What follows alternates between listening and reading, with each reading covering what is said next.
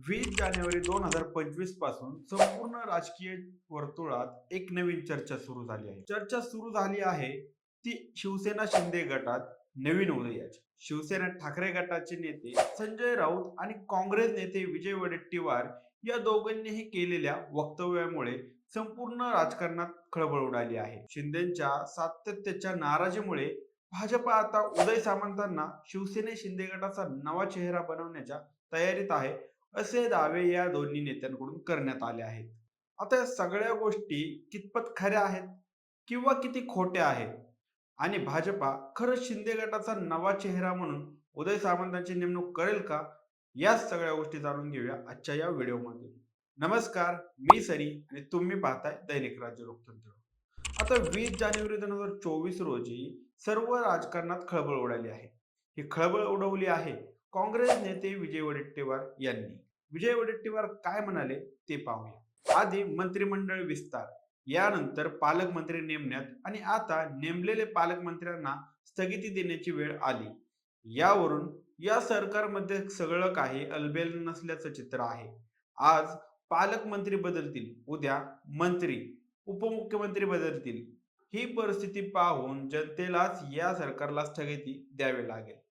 आता वडेट्टीवार इथवरच थांबले नाहीत, तर त्यांनी शिवसेनेतील नवीन उदय होतोय असा खळबळजनक दावाही केला आहे. आता विजय वडेट्टीवारांच्या या वक्तव्याचा इशारा हा उद्योग मंत्री उदय सामंत यांच्याकडेच होता, हे आपल्या सर्वांना माहीत आहे.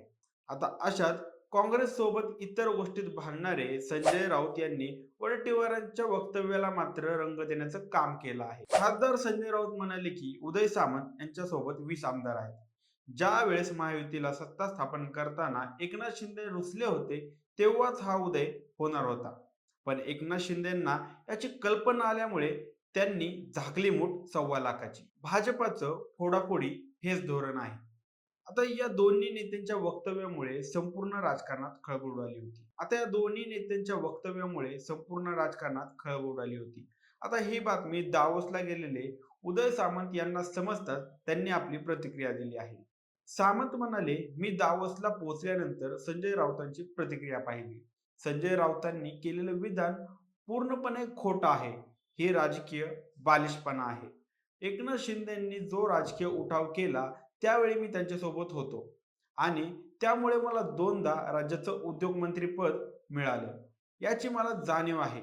त्यामुळे एकनाथ शिंदे सारख्या मोठ्या नेत्यांना माझ्यासारख्या सर्वसामान्य कार्यकर्त्याला राजकारणात घडवण्यासाठी जे प्रयत्न केले आहेत ते मी कधीही विसरू शकणार नाही. माझे आणि एकनाथ शिंदेचे संबंध राजकारणापलीकडचे आहेत. यामुळे कोणीही आमच्या दोघांमध्ये वाद लावण्याचा प्रयत्न केला तर तो यशस्वी होणार नाही.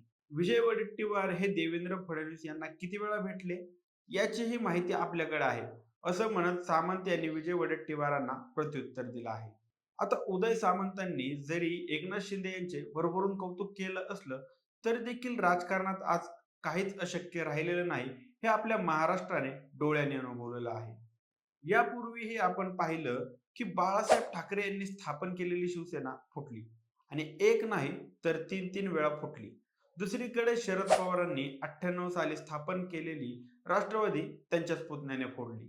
मग आता आपण विचार करण्याची गोष्ट आहे, जर इतक्या वर्षांपासून कार्यरत असणारे हे पक्ष फुटू शकतात, तर 2-3 वर्षापूर्वी स्थापन झालेला हा गट फुटू शकत नाही का? आता एकनाथ शिंदेंनी कितीही ओरडून सांगितलं की आम्ही हिंदुत्वामुळे बाहेर पडलो, तर मग अजित पवारांसोबत एकाच मंचावर एकाच पक्षात तुम्ही काय करत आहात, हा मोठा प्रश्न उपस्थित होतो. ज्यावेळेस शिवसेना फोडली त्यावेळी शिंदेंनी मुख्यमंत्री पदामुळे हा कारभार केल्याचं सातत्याने समोर येत असतं. आता एकनाथ शिंदे सारख्या नेत्याने 40 वर्ष पक्षासाठी काम केलं आणि या पक्षापेक्षा त्यांना मुख्यमंत्री पद मोठं वाटत असेल, तर मग इतर नेत्यांच्या मनात मुख्यमंत्री पद किंवा उपमुख्यमंत्री पद बद्दल आशा निर्माण होऊ शकत नाही का? राजकारणात असणारा प्रत्येक व्यक्ती महत्वाकांक्षी असू शकतो. एखाद्या महाशक्तीने त्याच्यावर फूक मारली की निष्ठा, नीतिमत्ता, प्रामाणिकपणा, उपकारांची जाणीव अशा गोष्टी आपोआप गळून पडतात. आता एक सामान्य रिक्षावाला ते मंत्री हा प्रवास शिवसेनेमुळेच एकनाथ शिंदे यांना गाठता आला. पण मुख्यमंत्री पदामुळे शिंदेंनी पलटी मारलीच ना. आता जर भाजपाने उदय सामंतांना मुख्यमंत्री पदाची ऑफर दिली असेल, तर त्यांनी ती नाकारावी असं कोणतंही कारण यासमोर दिसत नाही. आता भाजपलाच एकनाथ शिंदे जड झाले आहेत. ओटसूट रोसायचं आणि दरेगावला जाऊन बसायचं अशी परिस्थिती सध्या शिंदेची झाली आहे. प्रत्येक वेळी देवेंद्र फडणवीस यांना त्यांची मनधरणी करावी लागते. यामुळे भाजप देखील नवीन एकमत तयार करण्याच्या तयारीत आहे. आता हा उदय मागेच होऊ शकला असता असं अनेकांचं म्हणणं आहे.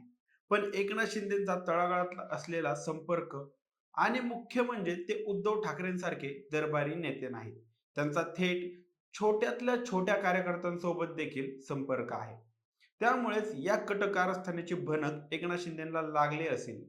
यामुळेच उदय सामंतांनी निष्ठेचं प्रवचन व्हिडिओद्वारे ऐकवलं होतं. सध्या या राजकारणाच्या बाजारात निष्ठेला कवडी मात्र किंमत राहिलेली नाही.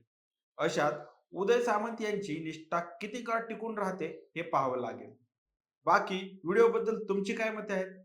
आम्हाला कमेंट करून नक्की कळवा आणि जर दैनिक राज्य लोकतंत्र चॅनलवर नवीन असाल तर चॅनलला नक्की सबस्क्राईब करा. धन्यवाद.